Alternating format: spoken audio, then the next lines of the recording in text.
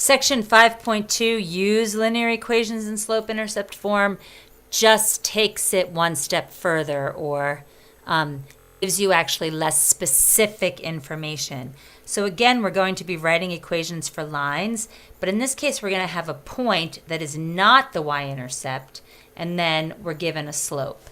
So if I know I'm going through -1, 3, and I have a slope of -4, there's an xy value. There's my slope. So what am I missing if this is what I'm trying to get at? I know my slope. What don't I know? I don't know my b. So I need to solve for the b value. So I know that y is 3, m is always -4, when x is -1. I don't know what b is. So I plug in my m, my x, and my y. And then 3 equals 4 plus b. If I subtract 4 from both sides, b must be equal to -1. And now that I know b is -1, recall that m is -4, so my function is y equals -4x minus 1. There's the equation for your line. That will satisfy all of the x and y values on this line. Here's 1, but knowing 1 and knowing the slope helps me find the vertical intercept. Now I can go back and write the general equation for the line. In the past, if you remember the last section, they actually gave us the vertical intercept, so we didn't have to solve for b. Now, what about if they give us 2 points? We're not given the slope. And again, there's 3 different ways we could be given 2 points. Might be a graph. There's my 2 points. They could just simply give me coordinates. There's my 2 points. They could give it to me in function form. What happens when I have function form? I immediately write it as 2 points. So again, this is all the same information. You really should always look at it as coordinates. So here's my deal. Y equals mx plus b. Now I don't know 2 things. I don't know m and I don't know b. Well, how do I find m? It's y2 minus y1 over x2 minus x1. And how do I keep myself accurate? I label x1, y1, x2, y2, and then 1 minus -5 over -5 minus 10. This gives me 6 over -15. Is that right? 1 plus 5 is 6. -5 minus 10 is -15. It's not a very friendly slope, but that's okay. So how do I find b? So I at least now know this. But again, I can pick either x and y value. I think the instructions might actually say, oh, no, it doesn't tell you which point to plug in. So you can pick either point, whichever you're comfortable with. I'll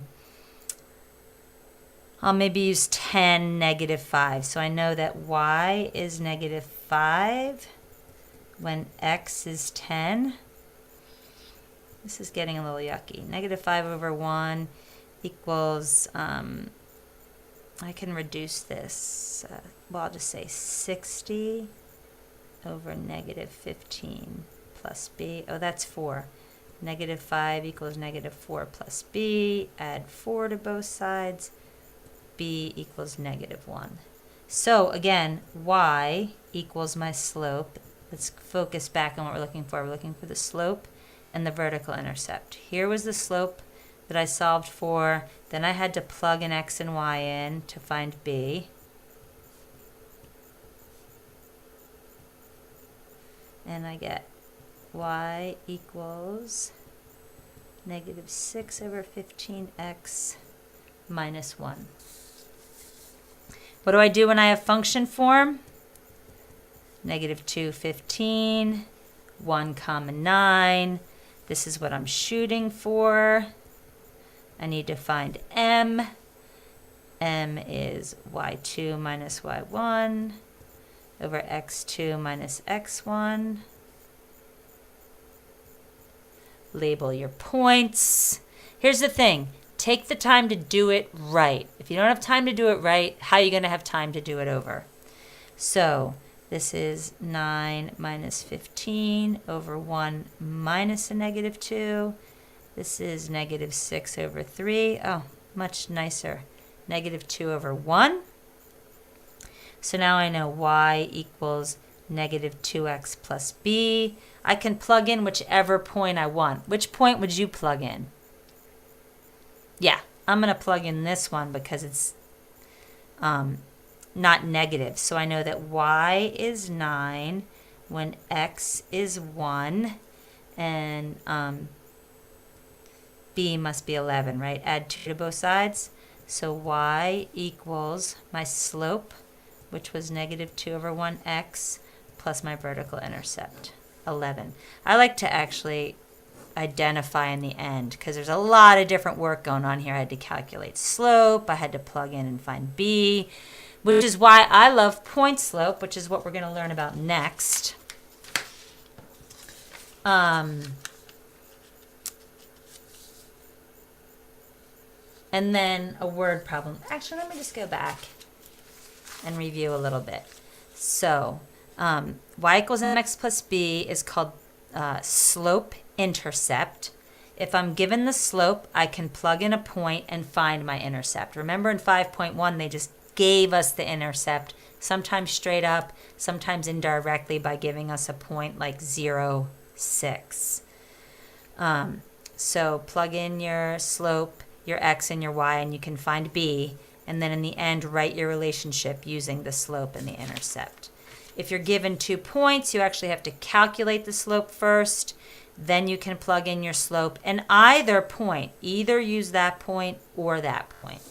Again, if function form, you have 2 points, find the slope, and then you can plug your slope in, and whichever point, I always like to try to find an easy one, find the intercept, write the equation. What's going on with this word problem? 4 years after a hedge maple tree was planted, its height was 9 feet. 8 years after it was planted, the height was 12 feet. What's the growth rate? Also known as slope. And what was the height when it was planted? Remember me talking about the initial value? That's your y-intercept. It's the value of y. It's the value of the output when your input is 0, when we planted it, when it was 0 years. So what are they giving us? They're telling us that at 4 years, the plant was 9 feet tall, and at 8 years, the plant was 12 feet tall. So they're literally giving me 2 points. x1, y1, x2, y2. I can find my slope. 12 minus 9 over 8 minus 4 equals 3 over 4. What's happening? That's the growth rate.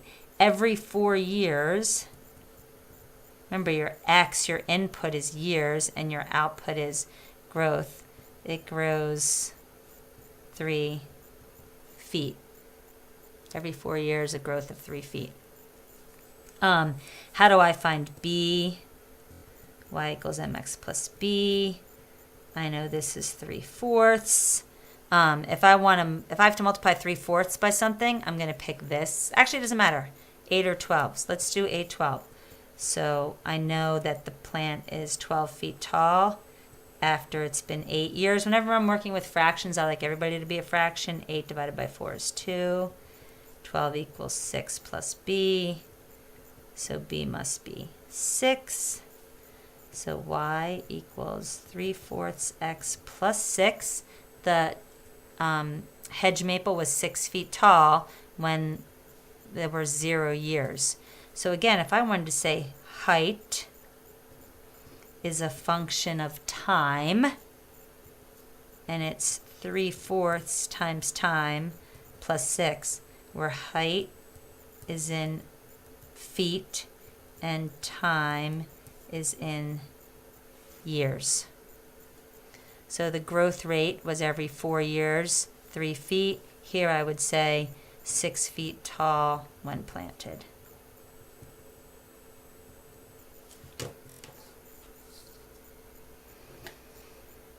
Good stuff.